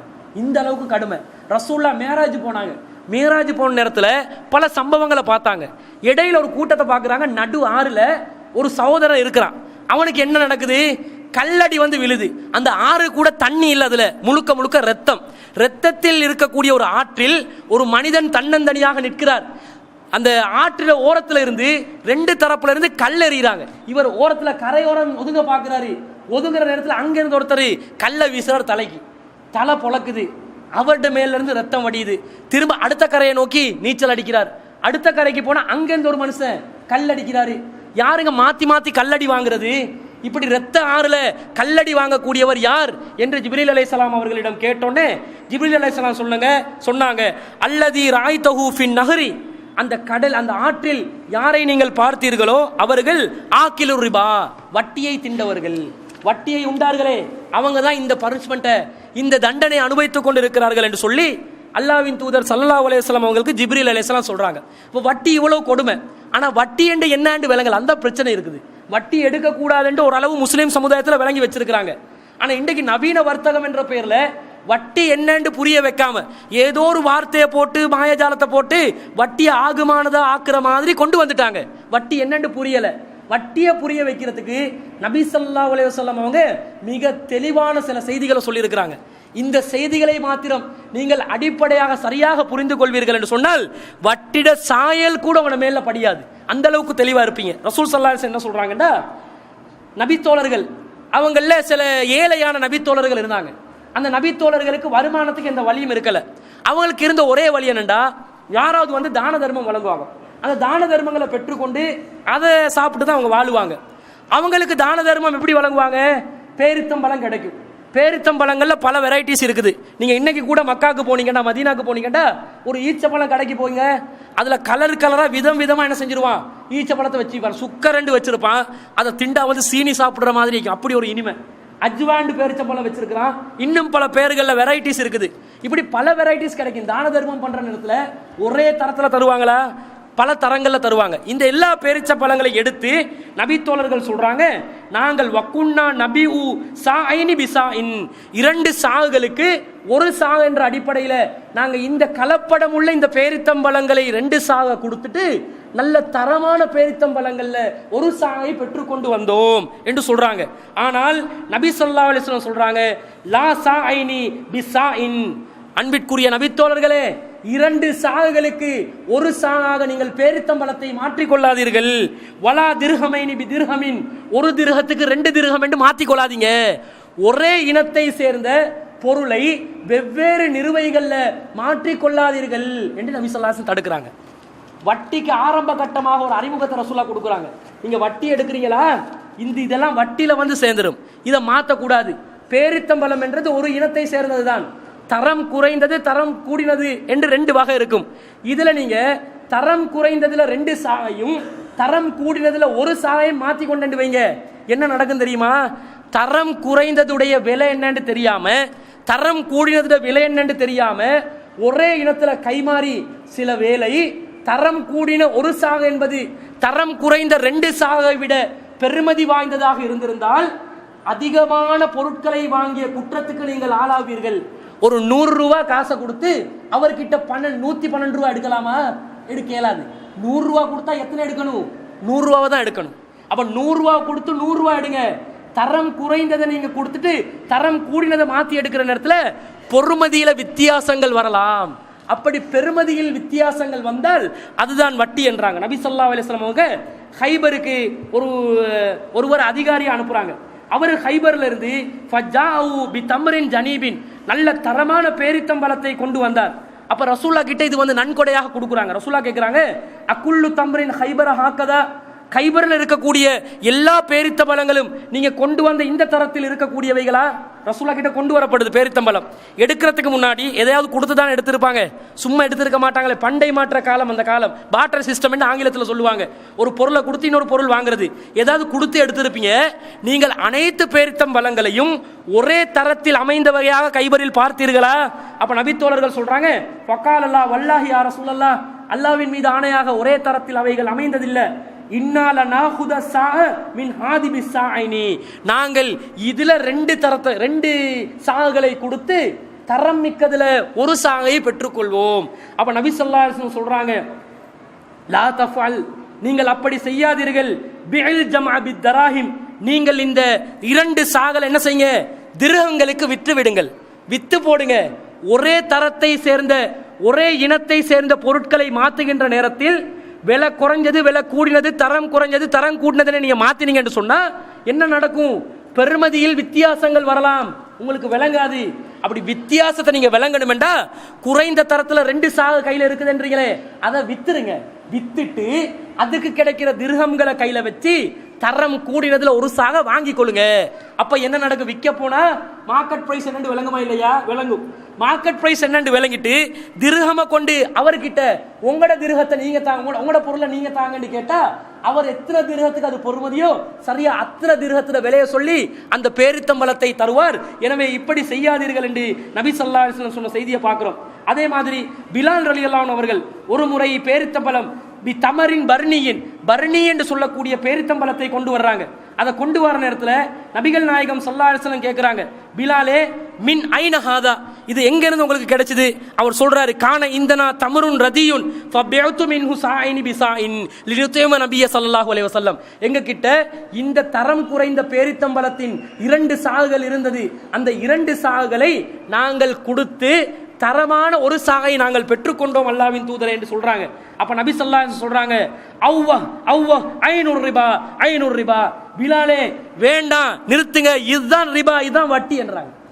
வட்டிக்கு ரசூல் ஸல்லல்லாஹு அலைஹி வஸல்லம், பிலாலே நீங்க தரம் குறைஞ்சது தரம் கூட்டினது என்று ஒரே பொருளை மாத்தினீங்க பாருங்க, வேற வேற விலை வித்தியாசம் வரும், அது என்னென்று புரிந்து கொள்ளாமலே மாத்தினீர்கள் பாருங்களே, இதுதான் வட்டி, இதுதான் தெளிவான வட்டி. எனவே அப்படி செய்யாதீர்கள் என்று நபி ஸல்லல்லாஹு அலைஹி வஸல்லம் தடுக்கிறாங்க. இப்போ ஒருத்தர் கிட்ட 5Sல ஒரு ஐபோன் இருக்குது, இன்னொருத்தர் கிட்ட 6Sல ஒரு ஐபோன் இருக்குது. மாத்திக்கொள்ள ஏழுமாங்க? மாத்த இயலாது. 5S ஒரு விலை இருக்குது, 6S ஒரு விலை இருக்குதா இல்லையா? ஒரு விலை இருக்குது. அப்ப அண்டர்ஸ்டாண்டிங்ல கூட நீங்க என்ன செய்யக்கூடாது? இப்ப வித்தவங்க வாங்கினவங்க கூட அண்டர்ஸ்டாண்டிங்ல தான் வாங்கி கொண்டாங்க, நீங்கள் மாத்தக்கூடாது. 5S கொடுத்து 6S எடுக்கணும்டா 5S வில்லுங்க, அந்த உரிய நபருக்கே வித்துருங்க. இவ்வளவு காசு தான், 5Sக்கு 40,000 ரூபாய் வத்தா, உன்னோட 6S எவ்வளவு? 60,000, இன்னும் 20,000 சேர்த்து 60,000 ரூபாய் கொடுத்துருங்க. பொருளுக்கு பொருள் மாத்தினீங்கடா, 5S கொடுத்து 6S எடுத்தா இதுக்கு 40,000 காசு, அதுக்கு 60,000 காசு. நீங்க 40 கொடுத்து 60 எடுத்தீங்கடா, 40,000 ரூபாய் காசு கொடுத்து 20,000 ரூபாய் வட்டி எடுத்த மாதிரி ஆகாதா? இதைத்தான் நபி ஸல்லல்லாஹு அலைஹி வஸல்லம் சொல்றாங்க. அப்ப இந்த பண்டை மாற்றத்துல எது ஒரே பொருளாக இருந்தாலும் அதிகமான விலைவாசி வரும் என்று சொன்னால் அதை வட்டி என்றாங்க. இதை நல்ல மனசுல பதிய வைங்க. இன்னைக்கு இஸ்லாமிய ஷரியத் வங்கிகள் என்று சில கூத்துகள் போடுவாங்க, அவங்க செய்யற திருவிளையாடல்கள் இந்த ஹதீஸ்ல மாட்டிக்கொள்ளும். இந்த செய்தியை வச்சு மாட்டி விட்டுருவோம். அவங்க எப்படியெல்லாம் விபரீதங்கள் பண்றாங்க, அநியாயங்கள் அக்கிரமங்கள் பண்றாங்கன்றது தெல்ல தெளிவாக விளங்கிவிடும். அடுத்துதான் நபி ஸல்லல்லாஹு அலைஹி வஸல்லம் சொல்றாங்க, நீங்க பொருள் கொடுக்கறதா இருந்தா சம அளவுல வித்துக்கோங்க, அது நோ ப்ராப்ளம். ஒரே பொருளை ஒரே பொருளுக்கு வீங்க. லா தபீஉ தஹப பித்தஹபி இல்லா சவாஹம் பிசவாஹின், தங்கத்துக்கு தங்கத்தை விற்கிறதா இருந்தா ஒரே தரத்துல வீங்க. இப்ப பெண்கள் இருப்பாங்க, 1 பவுன் நகை இந்த பெண், ஒரு A என்ற பெண்ணுகிட்ட இருக்குது, B என்ற பெண்ணுகிட்ட 1 பவுன் நகை இருக்குது. இதுக்கு அதுக்கும் வடிவங்கள் வித்தியாசம். பிக்கு ஏ உடைய நகை பிடிக்குது, ஏக்கு பி உடைய நகை பிடிக்குது. ரெண்டு 1 பவுன் தான். 1 பவுனா இருந்தா மாத்தலாமா இல்லையா? 1 பவுன் நிர்ணயம் ஆயிருச்சா? விலை விளங்கிருச்சா? அதுல பொறுமதி உணர்ந்துட்டாங்களா? ஏய் உங்களோட நகையை நீங்க எனக்கு தாங்க, ஏண்ட நகையை நீங்க எடுங்க, கை மாத்திக்கோங்க. பண்டை மாற்றம் தான், ஒரே பொருள் தான். தரம் என்ன, விலை என்ன, அதோட அளவு என்னன்றதை புரிஞ்சு செய்யுங்க. ஒரே பொருளாக இருந்தாலும் மாற்றலாம், ஒரே அளவில் மாற்றிக்கொள்ளுங்கள். அதே மாதிரி நபி ஸல்லல்லாஹு அலைஹி வஸல்லம் சொல்றாங்க, வல் ஃபில்லத பில் ஃபில்லதி, வெள்ளியாக இருந்தாலும் மாத்தி கொள்ளாதீங்க. இல்லா சவாஅம் பிசவாஇன், சமமான அளவில் இருந்தாலே தவிர. 1 கிலோ வெள்ளிக்கு 1 கிலோ வெள்ளி கொடுத்து வாங்கிக்கோங்க. அதே மாதிரி வபிஉ தஹப பில் ஃபில்லா, ஆனால் தங்கத்துக்கு பதிலா வெள்ளியை வித்துக்கோங்க. அது பிரச்சனை இல்லையா? பிரச்சனை இல்லை. நீங்க தங்கத்தை கொடுக்குறீங்க, தங்கம் 1 கிலோ கொடுத்து வெள்ளியில 10 கிலோ வாங்குங்க. தரம் வித்தியாசமாகுமா இல்லையா? விலை வித்தியாசமாகுமா இல்லையா? தொகை வித்தியாசமாகும். நல்லா புரியும். தங்கத்திட விலை வேற, வெள்ளிட விலை வேறன்றது எங்களுக்கு விளங்கும். அப்ப விலையை புரிந்து கொள்ளலாம். விலையை புரிந்து கொள்ளக்கூடிய, பொறுமதியை புரிந்து கொள்ளக்கூடிய விதத்தில் பொருளை மாத்துங்க. வேற பொருளா இருந்தாலும் மாத்தி கொள்ளலாம். ஒரே பொருளா இருந்தா சமமா மாத்துங்க, வேற பொருளா இருந்தா வித்தியாசமா மாத்துங்கன்றாங்க. அதே மாதிரி பில் ஃபில்லதி வல் ஃபில்லதி பித் தஹபி, வெள்ளியை தங்கத்துக்கு மாத்தி கொள்றீங்கள். கைஃப ஷிதும், நீங்க விரும்புற மாதிரி மாத்திக்கோங்கன்னு நபி ஸல்லல்லாஹு அலைஹி வஸல்லம் சொல்றாங்க. அதே மாதிரி இன்னொரு செய்தியில் நபி ஸல்லல்லாஹு அலைஹி வஸல்லம் சில பொருட்களை சொல்றாங்க. உப்புக்கு உப்பை மாத்தாதீங்க, அதே மாதிரி கோதுமைக்கு கோதுமையை மாத்தாதீங்க, பேரித்தம்பழத்துக்கு பேரித்தம்பழத்தை மாத்தாதீங்க, தங்கத்துக்கு தங்கத்தை மாத்தாதீங்க, வெள்ளிக்கு வெள்ளியை மாத்தாதீங்க. இப்படி சில பொருட்களை சொல்றாங்க. அதுல சில வெள்ளி கட்டி என்று வேற ஒன்று சொல்றாங்க, வரக்கன்னு சொல்லுவாங்க. வெள்ளி கட்டிக்கு கட்டியை மாத்தாதீங்க, இப்படி சொல்றாங்க. நீங்க இன்னும் ஆழமாக சிந்தித்து பார்த்தா இந்த 5-6 பொருட்கள் இருக்குதே, இந்த பொருட்கள் அந்த காலத்துல நாணயமாக பயன்படுத்தப்பட்டுச்சு. அந்த காலத்துல சந்தியில் என்ன செய்வாங்க, பொருட்களை விற்பாங்க. திர்ஹம் இருந்துச்சு. திர்ஹம் என்றா என்னங்க? வெள்ளி. அவன் வச்சிருக்கக்கூடிய திர்ஹம் என்றது தங்கம், தீனார் என்பது வெள்ளி. அவங்க வச்சிருந்தாங்க பொற்காசும் வெள்ளி காசையும் தான் நாணயமாகவே வச்சிருந்தாங்க. எங்களுக்கு தான் ஃபேஸ் வேல்யூ இல்லை. எங்களோட 10 ரூபா நோட்ட வேல்யூ வந்து அஞ்சமும் இருக்காது, சைன் தான் 10 ரூபாய்க்கு வேல்யூ. ஆனா தங்கமா நாணயமா வச்சவங்க தங்கத்துக்கு ஒரு தனி விலையை வச்சிருந்தாங்க. அது இந்த நவீன வர்த்தக துறையில பண்டை மாற்றங்கள் செய்யற நேரத்தில் விலையை சரியாக தீர்மானிக்க முடியாது என்ற ஒரு சந்தேகம் எழும்பி, கஷ்டங்கள் எழும்பி, அதே மாதிரி தங்கத்தை நான் வச்சிருந்தா, தங்கத்தையே நாணயமா நான் பயன்படுத்தினேன்னு சொன்னா, ஒருத்தருக்கு நான் 1 கோடி ரூபாய் காசு கொடுக்க இருந்தா தங்கம் ஒரு கண்டெய்னர் பின்னுக்கு கொண்டு வர வரும். காசுல சின்ன காசுல ஒரு கண்டெய்னர் கொண்டாந்து, இன்னும் அவங்களோட கண்டெய்னர் எடுங்க, அவருடைய காசை வெளியில எடுக்கணும்டா 10 கண்டெய்னர் 4 கொண்டு போவாரும். இதே வந்து ஷிப்மெண்ட் அனுப்பி விட்டோம் வைங்க, காசுக்கு பதிலா தங்கத்தையோ வெள்ளியோ காசு நாணயமாக நாங்கள் பயன்படுத்தினா அமெரிக்காவுக்கு நான் ஷிப்மெண்ட் அனுப்பணும், காசே ஷிப்மெண்ட் அனுப்புவார். பொருளை ஷிப்மெண்ட் அனுப்புறது ஒரு செலவு, காசை 2வது ஷிப்மெண்ட் அனுப்பணும். வழிப்பறிகள் நடக்கும், கொள்ளைகள் நடக்கும், பிரச்சனைகள் நடக்கும் என்றதுனால இந்த தங்கம் அல்லது வெள்ளி அல்லது பொருட்களை பண்டை மாற்றம் செய்வதை விட இடைத்தரகராக ஒரு காசு வந்து, ஒரு தாள் நோட் வந்து இருந்தாலும் பிரச்சனை இல்லை என்று அது மனிதர்களுடைய வசதிக்காக வேண்டி ஏற்பாடு செய்யப்பட்டது. அதுல எந்த பிரச்சனையும் இல்லை. ஆனால் இன்றைக்கு என்ன பண்றாங்க தெரியுமா? அந்த தாள் சல்லியை வச்சே வட்டி உருவாக்குறாங்க. அதுதான் சிக்கலா இருக்குது. நீங்க இன்றைக்கு 1 லட்சம் ரூபா கொடுக்குறீங்க, எப்படி நியாயப்படுத்துவாங்க தெரியுமா? 1 லட்ச ரூபா கொடுத்தாச்சு, அடுத்த வருஷம் ரமலான்ல நீங்க 1 லட்ச ரூபா எனக்கு திருப்பி தரணும். நான் என்ன சொல்றேன் தெரியுமா? இன்றைக்கு 1 லட்ச ரூபாயோட பொறுமதியும் அடுத்த வருஷம் ரமலான்ல 1 லட்ச ரூபாயோட பொறுமதியும் சமமாகுமா? ஒரு 20 சல்வாரை வாங்கலும் வைங்க, விளங்குறதுக்கு 20 சல்வாரை வாங்குறேன்னா டெக்ஸ்டைல் பண்றேன், நான் அதுக்காக 1 லட்சம் ரூபா உங்களுக்கு கொடுத்துருக்கிறேன். நீங்க 20 சல்வாரை இன்றைக்கு வாங்கினீங்க, அப்ப எந்த காசுட பொறுமதி என்னது? 20 சல்வாருடைய பொறுமதி. இதே 1 வருஷத்துக்கு பிறகு அதே 1 லட்சம் ரூபாய் உங்களுக்கு 15 சல்வார் தான் வாங்கலும். எத்தனை சல்வார் குறைஞ்சிருக்குது? 5 சல்வார் குறைஞ்சிக்குது. பணத்துடைய விலை மதிப்பு குறைஞ்சிருக்குது, பண மதிப்பு குறைஞ்சிருக்குது. நீங்க என்ன சொல்லுவீங்க தெரியுமா?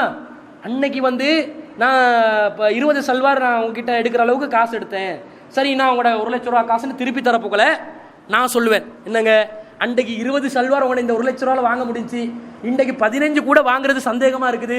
நான் நஷ்டப்பட்டு இருக்கிறேனா இல்லையா? பணத்துடைய பொறுமதி குறைஞ்சிருக்குதா இல்லையா? அதனால தயவு செஞ்சு எனக்கு இன்னொரு எக்ஸ்ட்ரா 20,000 ரூபாய் தந்துருங்க. பணத்தை வச்சு டீல் பண்ற நேரத்தில் இதே தங்கத்தை வச்சு டீல் பண்ணா, இன்றைக்கு 1 பவுன் தாரன், நாளைக்கு அடுத்த வருஷத்துல நீங்க 1 பவுன் ரிட்டர்ன் தாங்க என்று பேசினோம் என்றா, விலை கூடினாலும் குறைஞ்சாலும் பொறுமதி வந்து பொருள்ல நிக்குது.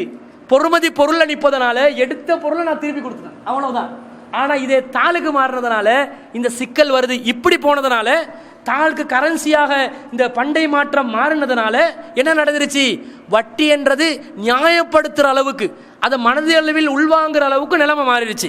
இன்றைக்கு வங்கி முறைகள், இஸ்லாமிய வங்கி முறைகள் என்று சொல்லக்கூடியவர்கள் எல்லாம் இதை நியாயப்படுத்துவாங்க. என்னங்க இன்ஃப்ளேஷன் ரேட்னு ஒன்று இருக்குதா இல்லையா, விலைவாசி உயர்வு, அதுக்கு ஒரு விகிதம் ஏறுது, அதுக்கேற்ற மாதிரி நஷ்டம் அடையாமல் நாங்கள் பார்க்கணுமா இல்லையா. வியாபாரி வந்து எப்பையும் ₹1 காசு நஷ்டம் அடையாமல் இருக்கிறதா பார்ப்பார். செட்டியார் வந்து ஆதாயம் இல்லாமல் ஆத்துக்கு இறங்க மாட்டான்னு சொல்லுவாங்களே, வியாபாரி மகளாம் செட்டியார் போல தான் இருக்கணும். அப்படி இருந்தால் தான் ஆதாயம் பெற்றாதான் அவங்களுக்கு வந்து வியாபாரத்தில் தொடர்ச்சியாக இருக்க முடியும். அப்போ இந்த நிலையில் இவங்க என்ன செய்வாங்க, முடியாது, நஷ்டப்படுறோம், காசு தாங்க, உடனே பேப்பர் தாளில் வட்டி ஆதரிக்கக்கூடிய நிலை வந்துச்சு. அப்போ கடன் கொடுத்தா என்ன செய்யணும் தெரியுமா, ₹1,00,000 கடன் கொடுத்தா தங்கத்தில் விலையை பாருங்க, தங்கத்தில் விலை 50,000 ஒரு பவுனு, சொல்லுங்க நான் 2 பவுன் தங்கத்தை உனக்கு தாரேன், நீ என்ன செய், ₹1,00,000 தான் காசு கொடுத்துருப்பேன், நோட் எப்படி எழுதணும், 2 பவுன் நகை கொடுத்து விட்டேன், அடுத்த வருஷம் நீங்க 2 பவுன் நகையை தாங்க. அது கூடியும் இருக்கலாம், குறைஞ்சி இருக்கலாம், லாபம் வந்தாலும் நஷ்டம் வந்தாலும் அதுல வர்ற விளைவு என்ன பொறுத்தது, ஒன்ன பொறுத்தது, அல்லாஹ் நாடினது என்று சொல்லி தங்கத்தை வச்சு டீலிங் பண்ணணும். அந்த வேலையை பண்ணுங்க. நிறைய பேர் இது செய்யறது இல்லை. இது ஒண்ணு. அடுத்தது நபி ஸல்லல்லாஹு அலைஹி வஸல்லம் காலத்துல இந்த வட்டியை புரிஞ்சு கொள்றதுக்கு இன்னும் ஒரு அளவுகோலாக நபி ஸல்லல்லாஹு அலைஹி வஸல்லம் சொன்னாங்க. என்னது, இந்த கரன்சி மாத்துறது, நாணய மாற்று முறை, கரன்சியை கரன்சிக்கு மாத்துறது. இப்ப நான் ஒரு ₹10 உங்களுக்கு தந்து அடுத்த மாசம் ₹12 கேட்டா அது வட்டி ஆகுமா இல்லையா, வட்டி ஆகும். அப்ப நபி ஸல்லல்லாஹு அலைஹி வஸல்லம் சொன்னாங்க, நாணயம் மாற்றதா இருந்தா ஒரே இனத்தை சேர்ந்த நாணயத்தை மாற்றாதீர்கள். மாத்தினா வந்து என்ன நடக்கும், அங்க வந்து சிக்கல் ஒன்று வரும். என் கையில ₹10 வச்சு அவர்கிட்ட நான் ₹12 எடுக்காம அதை ₹10 அவர்கிட்ட கையில கொடுத்து நான் ₹12 வாங்காம அந்த ₹10 ஏன் நான் கொடுக்கணும், என்ன தேவைக்குது, ₹10 தான் அந்த ₹10 பெருமதி என்றா என் கையிலே நான் வச்சுக்கொள்ளாமே, நான் ஏன் அவருக்கு கொடுக்குறேன், அவர்கிட்ட கையில கொடுத்து அவர்கிட்ட இருக்கிற ₹2 மேலதிகமா புடுங்கிறதுக்காக. இதை வியாபாரம் என்றுவாங்க, ரசூலுல்லாஹ் இதை வட்டி என்றாங்க. ஒரே நாணயத்தை மாற்றாதீர்கள். அதே போல நீங்கள் தவணை வச்சு ஒரே நாணயமாக இருந்தாலும் உடனடியாக மாற்றவும் கூடாது, தவணை வச்சு மாற்றவும் கூடாது, அந்த டைம்ல மாற்றவும் கூடாது, பிறகு தவணை வச்சு அடுத்த மாசம் எனக்கு நீங்க கூடுதலா அமௌண்ட் தாங்கிட்டு மாற்றவும் கூடாது. அதே மாதிரி நாணய மாற்றத்தில் ரசூலுல்லாஹ் வெவ்வேறு நாணயங்களாக இருந்தால் மாற்றிக்கொள்ளுங்கன்றாங்க. வேற வேற நாணயம், நான் வந்து உங்களுக்கு ₹10 இலங்கை காசு தந்து இந்தியா காசுல ₹5 எடுக்கிறேன், அது பிரச்சனை இல்லையா, பிரச்சனை இல்லை. வெவ்வேறு நாணயங்கள், வேற வேற நாட்டு நாணயங்கள், ஆனா ஒரே டைம்ல நடக்கணும், தவணை முறையில நடக்கக்கூடாது. இந்த நேரத்தில் நான் ₹10 கொடுத்து இந்தியா காசு ₹5 உங்ககிட்ட இருந்து வாங்குறேன், எனக்கு தேவைப்படுது, இந்தியாவில் போய் பிசினஸ் பண்ண தேவைப்படுது. நிறைய பேர் என்ன பண்ணுவாங்கன்னா எக்ஸ்சேஞ்ச் ரேட்ல வரக்கூடிய டிஃபரன்ஸை வச்சு சம்பாதிப்பாங்க. அந்த சம்பாத்தியம் ஹலால். வேற வேற நாணயங்களாக இருந்தால், ஒரே நாணயமாக இருந்தால் உடனே மாற்றவும் கூடாது, தாமதிச்சு மாற்றவும் கூடாது. வெவ்வேறு நாணயங்களாக இருந்தால் உடனே மாற்றலாம், தாமதிச்சு மாற்றக்கூடாது. ஏன்னா தாமதிச்சால் இன்றைக்கு நான் இந்தியா காசு இலங்கை காசு ₹10 தந்து அடுத்த மாசம் ₹15 இந்தியா காசு தாங்கன்னு நான் சொன்னேன்டா, நான் கொடுத்த காசை விட பல மடங்கு நான் காசு பிறகு எடுக்கிறேன், கால தாமதத்துக்காக காசு எடுக்கிறேன் என்று அது வட்டியாகிவிடும் என்று நேரடியான வார்த்தைகள் நபிகள் நாயகம் ஸல்லல்லாஹு அலைஹி வஸல்லம் அவங்க சொல்லி காட்டியிருக்கிறாங்க. இப்ப என்ன, இந்த வட்டி என்றது என்னன்னு விளங்குது. ஒரே பொருளை மாத்தினம் என்று சொன்னா வித்தியாசமான விலைகள் வந்துடக்கூடாது. ஒரே பொருளை உடனே மாத்துறதா இருந்தா வேற வேற பொருள்களை வச்சு மாத்துங்க. ஒரு பொருளை மாத்துறதா இருந்தா வேற பொருளுக்கு பகரமா மாத்துங்க. அல்லது ஒரே பொருளை மாத்துறதா இருந்தா உடனடியா சம அளவுல மாத்துங்க. வேற வேற பொருட்களை சம அளவுல கூட, ஒரே பொருளை சம அளவுல கூட கால தாமதமாக்கி மாத்தாதீர்கள் என்று நபி ஸல்லல்லாஹு அலைஹி வஸல்லம் சொல்றாங்க. காரணம், நீ கொடுக்கிற காசை விட கூடுதலா பெறக்கூடாது, நீ கொடுக்கிற காசை விட குறைவாகவும் நீ பெறக்கூடாது. கொடுக்கிற காசை விட நீ கூடுதலா பெற்றால் நீ வட்டி எடுக்கிறாய், கொடுக்கிற காசை விட நீ குறைவாக பெற்றால் அவன் வட்டி எடுக்கிறான். எனவே வட்டிக்கு அளவுகோலாக கால தாமதத்தையும் விலைகள் உயர்வையும் நபி ஸல்லல்லாஹு அலைஹி வஸல்லம் சொல்லி காட்டுறாங்க. இதை நன்றாக மனதில் பதிய வைங்க. இப்ப நாங்க எப்படியெல்லாம் வட்டி எடுக்கிறோம்னு பாருங்க. நாங்க வட்டி எடுக்கிற முறைகள், எங்கட சமுதாயத்தில் நடக்கக்கூடிய வட்டிகள். உடனடியாக எங்கட பெண்கள் ஃபர்ஸ்ட்டுக்கு என்ன பண்ணுவாங்கடா, ஏதாவது ஒரு பிரச்சனை வந்துச்சுன்னு வைங்க, உடனே போறது பேங்க்குக்கு ஓடுவாங்க. ஓடி தண்ட நகையை அடமானம் வைப்பாங்க. அல்லது இஏபி எதிரி சிங்கி போவாங்க, உடனே நகையை போய் அடமானம் வைப்பாங்க. இந்த நகை அடமானம் வைக்கிறதுல முஸ்லிம் பெண்கள் தான் ரொம்ப பிரசித்தி பெற்றவங்க. ஏனென்றா உள்ள எல்லா இஏபி எதிரி சிங்கக்காரனுக்கும் தடிகம உக்காசேவா மத்தியஸ்தானில் இருக்கிறவனுக்கு எங்களோட சமுதாயத்தில் உள்ள முஸ்லீம் பெண்களை வந்து நல்ல அறிமுகம். அடிக்கடி ஓடுறது, ஏதாவது ஒரு பிரச்சனை, கொஞ்சம் பொருளாதார பிரச்சனை வந்தா உடனே நகையோண்டு அள்ளி கொண்டு போயிட்டு அடமானம் வைக்கிறது. ரேட்டை கேட்டு பாருங்க, எவ்வளோ வந்து இந்த வட்டிக்கு வைக்கிற அடகு வைக்கிற ரேட் எவ்வளோன்னு கேட்டு பாருங்க. அப்படி துல்லியமாக கணக்கு போட்டு சொல்லுவாங்க. ஏன்டா அது அத்துப்படி அடிக்கடி போயிட்டு பழகி இருக்கிறாங்க. இப்படி போயிட்டு நகைகளை அடமானம் வைக்கிறதுல வட்டி வருது. நாங்கள் ஒரு நகையை அடமானமாக வைக்கிற நேரத்தில் எங்கட நகையிட பொறுமதி அவன் தருவானா? தரமாட்டான். அவன் என்ன செய்வான்டா, நான் 2 பவுன் நகையை 1 லட்ச ரூபா பெறுமதியான ஒரு நகையை கொடுத்தா அவன் வச்சிருப்ப ஒரு ரேட்டை கிட்டத்தட்ட 60% அல்லது 50% தான் கடனாக கொடுப்பான். அந்த நகையை என்ன செய்வான், நீ எனக்கு நகையத்தா, நீ வந்து இன்ன அமௌண்ட் எடுத்து போண்டு நான் 1 லட்ச ரூபாட நகை எடுத்து 50,000 ரூபா கையில் தருவான். கையில் தந்துட்டு மாதம் 2% நீங்கள் வட்டி கட்டுங்க, 1.8% வட்டி கட்டுங்க. இவங்க டக்குன்னு 2-3 உக்கசேவாக்கு ஏறி இறங்குவாங்க. குறைஞ்ச வட்டி எங்கே இருக்குதோ உடனே 50,000 ரூபா காசு எடுப்பாங்க. இப்போ இவங்க மாதம் காசு கட்டணும். எப்படி கட்டணும்? வட்டியை கட்டணும். வட்டியோட சேர்த்து முதலையும் கட்டி நகையும் திருப்பணும். இதுக்கு முயற்சி செய்வாங்க. இப்போவே கையில் வசதி இல்லாததுனால தான் கடன் எடுத்துக்கிறாங்க. அடுத்த மாதம் வசதி வரும் என்று உத்தரவாதம் இருக்குதா? இல்லை. அடுத்த மாதம் வசதி வரும் என்றதுக்கு உத்தரவாதம் இல்லை. அப்போ என்ன செய்கிறாங்க, நகையும் பாதுகாக்கணும், கஷ்டப்படாமலும் இருக்கணும். ரெண்டையும் யோசித்து அடகு வச்ச உடனே அவன் பார்ப்பான், 1 மாதம் கட்டலை, 2வது மாதம் கட்டலை, 3வது மாதம் கட்டலை, 12 மாதம் வர காட்டில் இழுத்து அடிப்பான். இழுத்துட்டு இவங்களுக்கு உங்களோட முதல் 50,000, நீங்கள் தர வேண்டிய வட்டி கிட்டத்தட்ட 40,000, ரெண்டும் சேர்த்தா 95,000. எனவே உங்களோட நகையை நாங்கள் என்ன செய்கிறோம், நாங்கள் வந்து அதை வந்து நகையை நாங்கள் விற்று நாங்கள் காசு எடுத்துக்கொள்ள போகிறோம் என்று நகையை அப்படியே பேங்க் எடுத்துருவான். எடுத்து அவன் என்ன செய்வான், இவங்களுக்கு கொடுத்தது 50,000, இந்த கொடுத்ததுக்காக வேண்டி அவங்க கிட்டே பெற வேண்டிய அந்த 2% பேங்க்குக்கு நத்திங். அதை வச்சு தான் அவன் பொழப்பு நடத்துவானா? அது ஒரு மெட்டரே இல்லை அவனுக்கு. அவன் டார்கெட் என்ன தெரியுமா, அந்த நகையை எடுத்து அதை விற்று காசாக்கி எடுக்கணும். அதுதான் அவன் டார்கெட்.